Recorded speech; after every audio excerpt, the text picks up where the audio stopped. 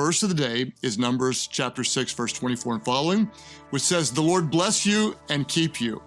The Lord make his face shine upon you and be gracious to you. The Lord turn his face toward you and give you peace."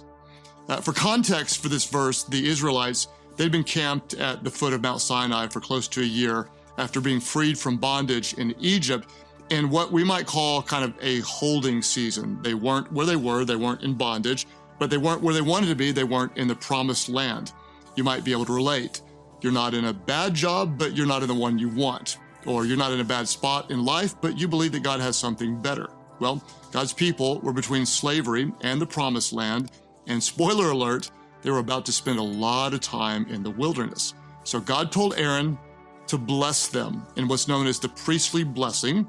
And what do we know about God's blessings? What we know about God's blessings is the blessings start with God. They always start with the Lord. Watch this. The Lord bless you.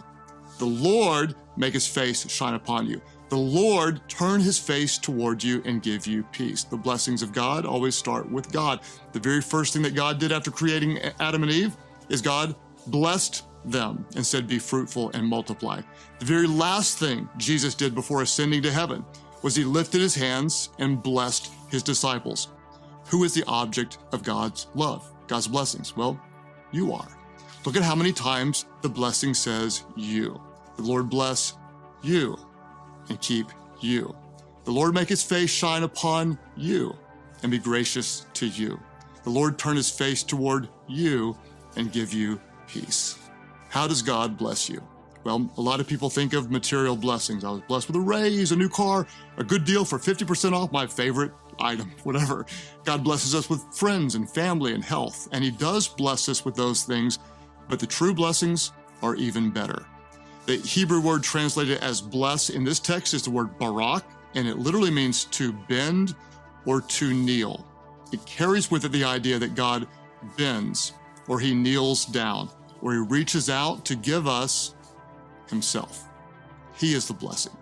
So if you feel like you're on hold, you're in between, God is reaching out to bless you with himself, with his presence. Today, may the Lord bless you and keep you. May his face, his glory, his goodness, his grace shine upon you. May he turn toward you because he loves you and give you a peace that goes beyond your human ability to understand, that you would know he's with you, he's for you, and he would never leave you. May the Lord bless you.